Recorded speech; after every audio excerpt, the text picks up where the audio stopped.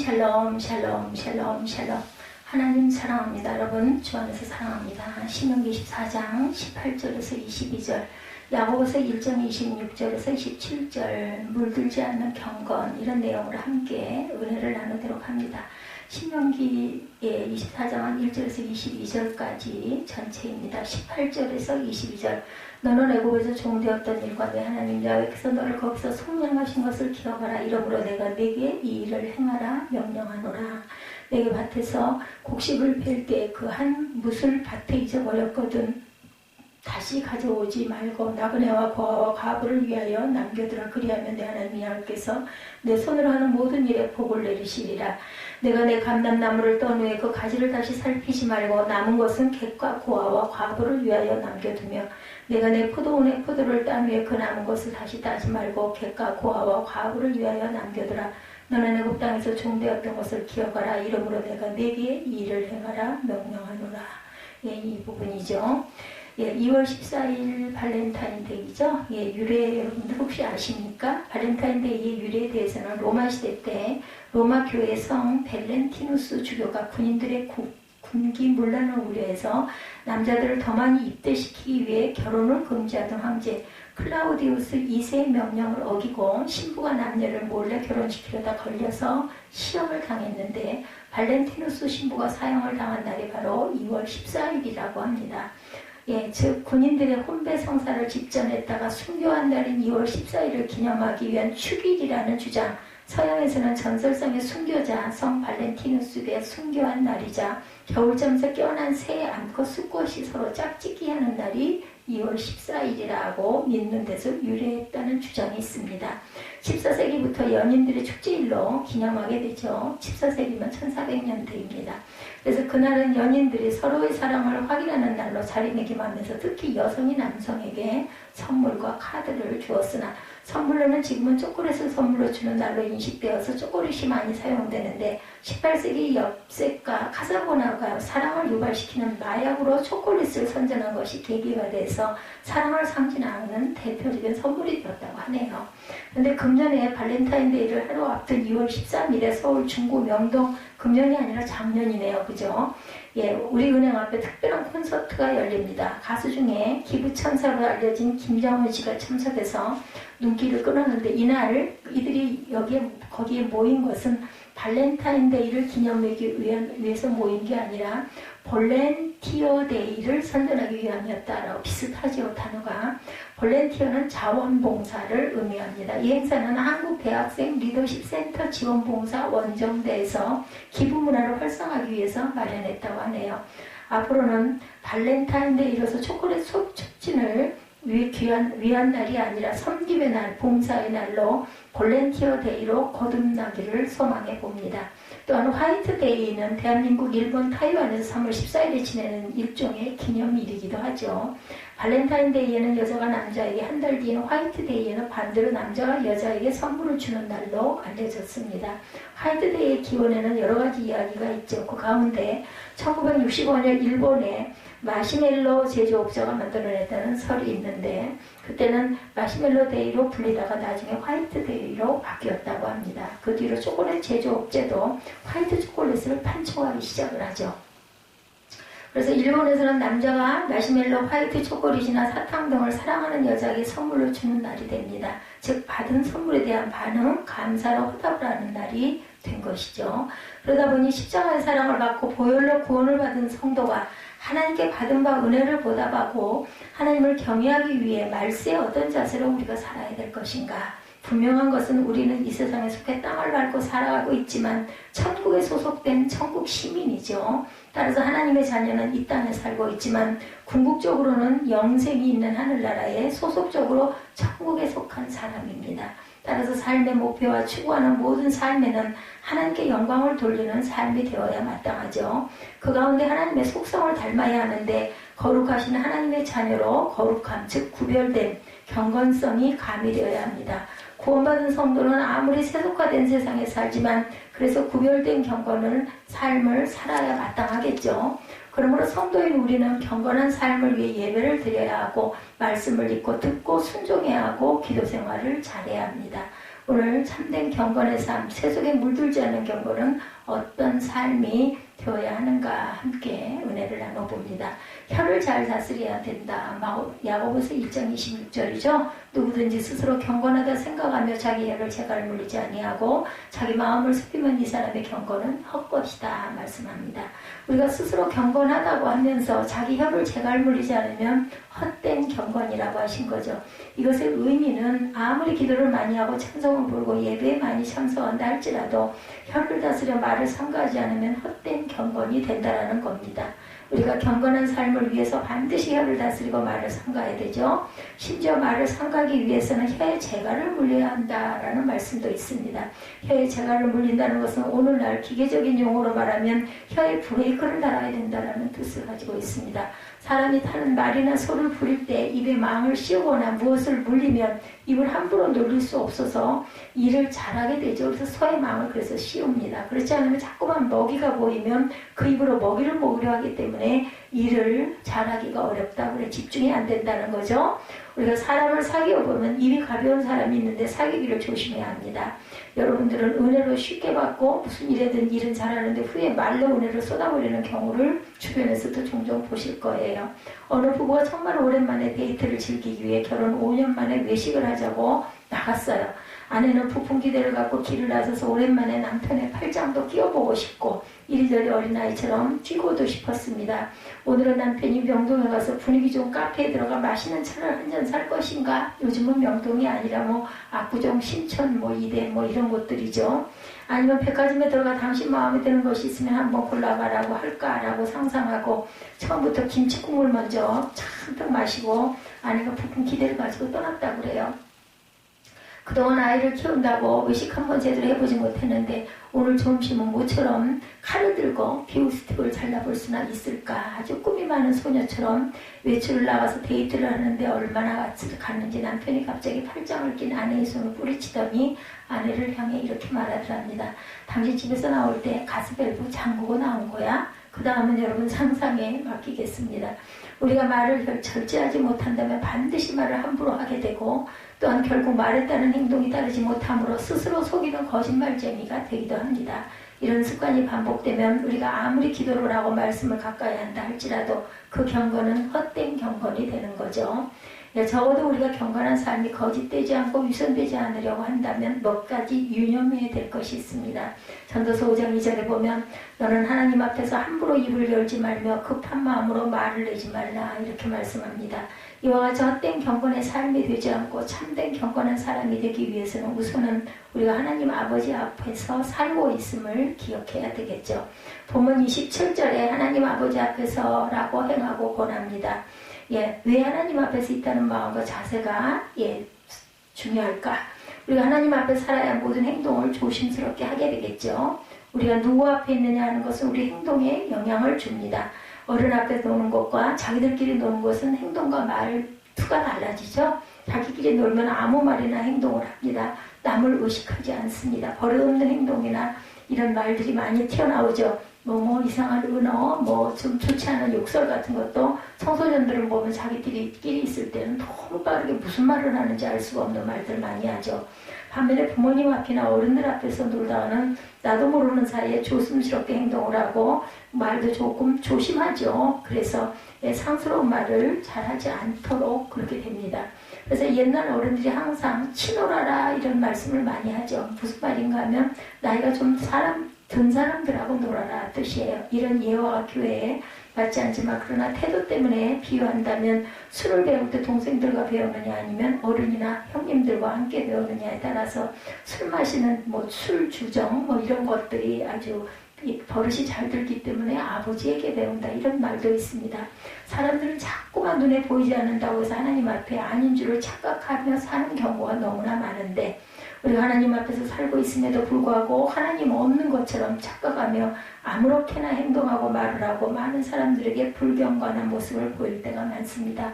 창세기 17장 1절에 보면 아브라함이 99세 때 야훼께서 아브라함에게 나타나셔서 그에게 말씀하시기를 나는 전능한 하나님이라 너는 내 앞에 행하여 완전하라 이렇게 말씀하셨어요. 하나님 앞에서 행하여 완전하라는 거죠. 중요한 말씀입니다. 하나님 앞에서 행할 때 우리가 경건한 행동을 하게 되죠. 하나님 앞에 살 때 버릇없는 삶이 아니라 거룩하고 성결한 삶을 살게 됩니다. 신명기 18장 13절에도 너는 내 하나님 야훼 앞에 완전하라 말씀하죠. 우리가 하나님 앞에서 내가 산다는 자세로 살아야 합니다. 그리고 완전해져야 되겠죠? 예, 뭐 완전할 수 없지만 노력해야 합니다. 무소부재하신 하나님 앞에 살아가고 있음을 절대로 잊어서는 안 되겠다. 욥기 26장 6절에 보면 하나님 앞에서는 스올도 벗은 몸으로 드러나며 멸망도 기림이 없습니다. 이렇게 말씀합니다. 모든 것이 다 드러나죠. 그러므로 우리가 발가벗은 모습으로 주님 앞에 설 것인데 감히 우리가 무엇을 숨기겠습니까? 숨긴다고 숨겨지지도 않습니다. 그래서 우리가 하나님 앞에 서 있음을 안다면 속일 수도 없죠. 진솔한 모습으로 살아갈 수밖에 없습니다. 하나님이 보이지 않는다고 생각하니까 아무렇게나 말을 하고 아무렇게나 행동을 하게 되죠. 사도행전 10장에 보면 고넬료 이야기가 기록되어 있습니다. 이탈리아 백부장이었던 고넬료가 주님을 믿는 믿음을 가지고 하루에 3번씩 기도하고 그리고 많은 백성을 구제하는 삶을 살았는데 한 번은 환상 중에 하나님이 나타나셔서 요바에 있는 베드로를 초청하라고 해서 사람을 보내어 베드로를 모시고 오도록 합니다.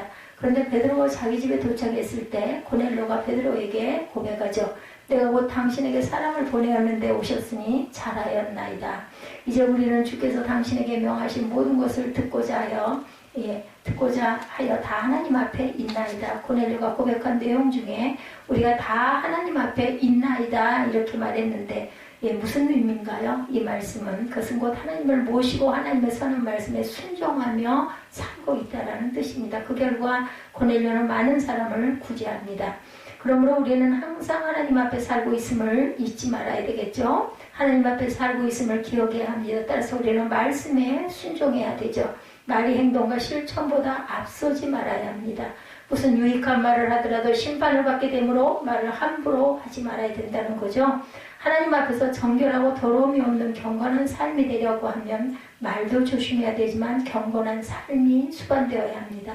어떤 삶이어야 해요? 경건의 삶, 정결하고 더러움이 없는 경건한 삶은 약한 자를 잘 돌보는 삶이 되어야 한다는 거죠. 27절에 하나님 아버지 앞에서 정결하고 더러움이 없는 경건은 곧 고아와 과부를 그 환난 중에 돌보고 자기를 지켜 세속에 물들지 아니하는 그것이니라. 오늘 본문 27절에 이렇게 말씀하고 있습니다. 신명기 24장 27절이죠.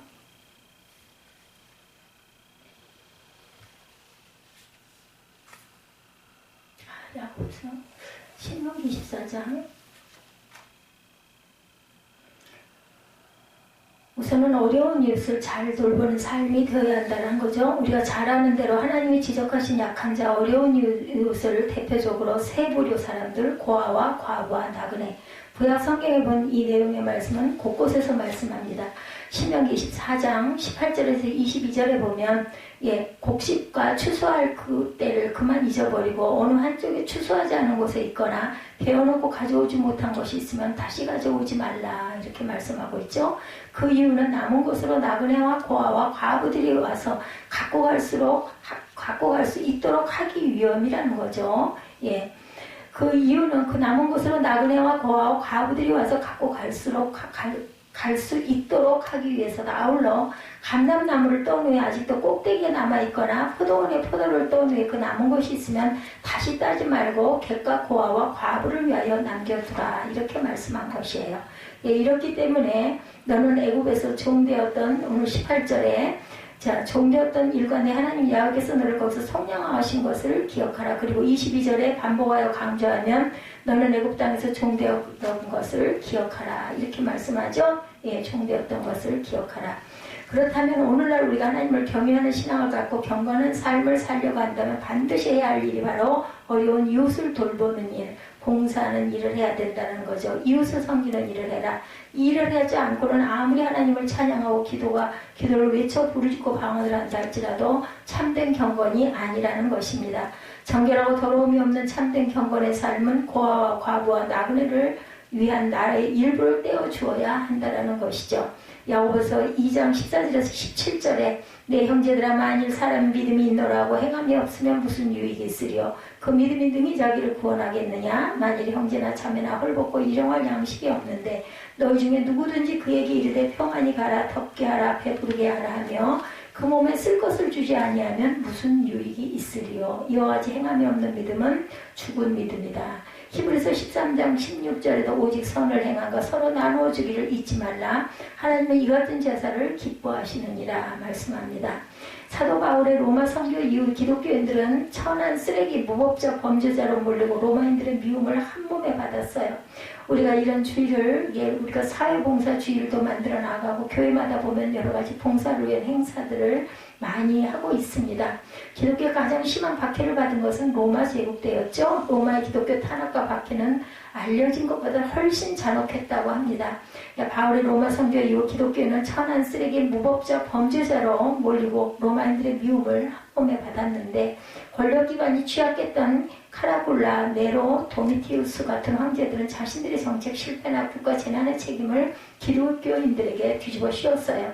이에 대해 당시 법률가 페르룰리아누스는 테베강이 범람하거나 나일강에 가뭄이 들어 들판에 물을 공급하지 못하게 될 때 지진이 나거나 기근으로 전염병이 발생하면 어김없이 기독교인들을 사자의 밥이 되게 하라는 외침이 로마 곳곳에서 들려왔다라고 기록하고 있습니다. 역사학자 폴 존슨에 따르면 박해가 정점에 달한 것은 데키우스 황제 시절이었다고 그래요. 그는 250년 전 기독교 말살 정책을 세웁니다. 기독교인들을 정기적으로 색출당했고 다수가 순교합니다. 기독교인 중 로마 시민권 소유자는 참수형을 받았고 나머지는 원형 경기장으로 보내져서 맹수들의 밥이 됩니다. 참수된 기독교인의 머리와 몸은 며칠간 광장에 내걸린 뒤 불태워지죠. 탄압은 313년 콘스탄티누스 황제 기독교 공인 이후에 종식이 되죠. 그렇지만 장기간의 탄압에도 불구하고 기독교인은 놀랄 만큼 증가했어요. 박해가 끝날 무렵 일반인은 물론 로마군인 상당수도 기독교인이 되어 있었습니다. 가장 큰 이유는 당시 기독교인들의 선한 행실에 있었다고 합니다.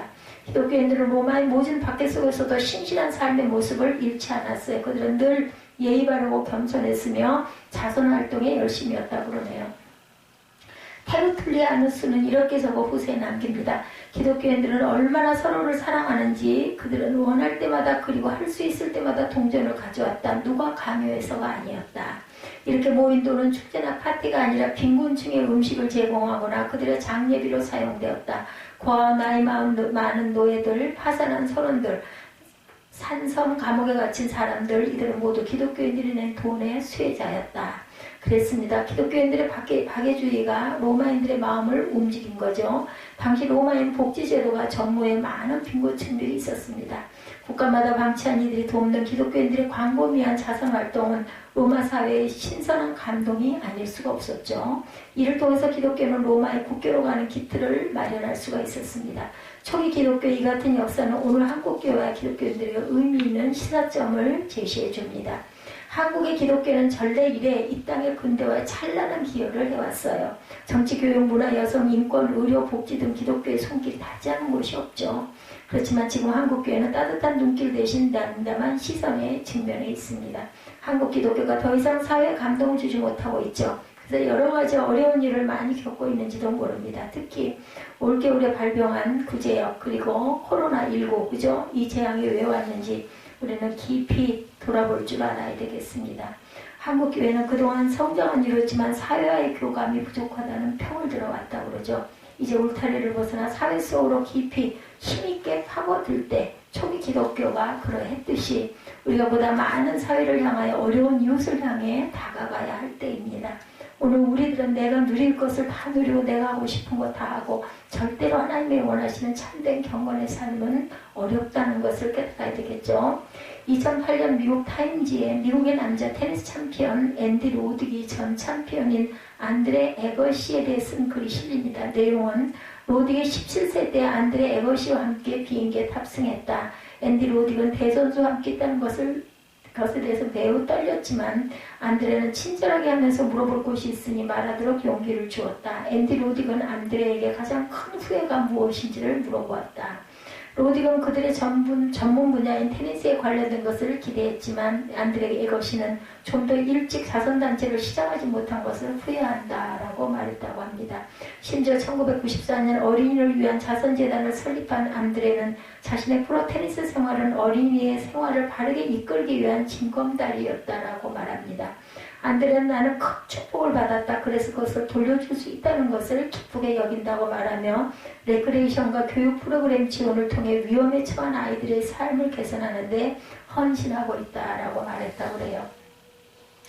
예수님의 십자가의 사랑을 묵상하며 고난의 길에 참여하려는 마음으로 경건한 삶을 훈련하는 그러한 저희들이 되어야 되겠죠. 부활의 기쁨을 누리기 위해서는 먼저 우리 자신의 희생을 통한 섬김과 봉사가 따라야 한다는 것. 경건과 섬김은 동전의 양면입니다. 자동차의 두 바퀴고 쌍둥이와 같죠. 하나님을 향한 경건은 이웃의 고통을 보게 하고 주님을 향한 열정은 약자를 사랑하게 만듭니다. 우리도 죄인을 위해 십자가를 선택했던 긍휼을 베풀어 구원에 이르게 해주신 주님의 마음을 가져야 할 줄 믿습니다. 더럽고 추한 죄인이었던 나를 감싸주고 용서해주고 자녀로 삼아주었던 주님의 마음, 그러기 위해서 자신의 고결한 생명을 아낌없이 십자가에 내주셨던 주님의 심정을 갖지 않고 어찌 우리가 모퉁이에 감람나무 가지에 포도나무에 매달릴 열매를 보고 따지 않고 그것을 장차 필요한 사람들이 가져갈 수 있도록 내버려 둘 수가 있겠습니까? 반치반 시인의 2003년에 쓴 시집 내게 가장 가까운 당신 중에 하늘을 가진 손이란 제목의 시가 있습니다. 보리 한 주 뭉켜진 이는 쌀가마를 볼 수 없고 곡간을 지은 이는 곡간보다 큰 물건을 담을 수 없다. 성자가 빈손을 들고 새들이 곡간을 짓지 않는 건 천하를 다 가지려 합니다. 설령 천하의 도둑이 든들 천하를 훔쳐갈 숨길 곡간이 따로 있겠는가. 평생 움켜진 주먹 펴는 걸 보니 저희는 이제 늙어서 새로 젊어질 때가 되었구나. 세상에는 움켜쥐어서 얻는 것이 있고 움켜쥐음으로 오히려 잃는 것이 있습니다. 얻은 것 같은데 잃고 잃었는데 얻게 되는 신비한 이치가 존재하죠. 하늘을 가진 손은 움켜진 손이 아니라 활짝 펼쳐진 빈손이라는 사실을 우리는 기억해야 할 것입니다. 한 사람의 위대함은 그가 얼마나 많은 재물을 모았는가, 얼마나 많이 배웠는가가 아니라 얼마나 어려운 이웃을 위하여 움켜쥐었던 손을 놓았는가에 있습니다. 작은 것이라도 베푼 사람을 기억합니다. 하나님께서는 반드시 기억하시죠. 나의 모든 성인과 봉사의 삶을 아주 작다고 생각되는 소자에게 냉수 한 그릇 대접해 주는 것을 하나님께서는 기뻐하신다는 것을 잊지 않는 저와 여러분들이 되시기를 주님의 이름으로 축복합니다. 기도하시겠습니다.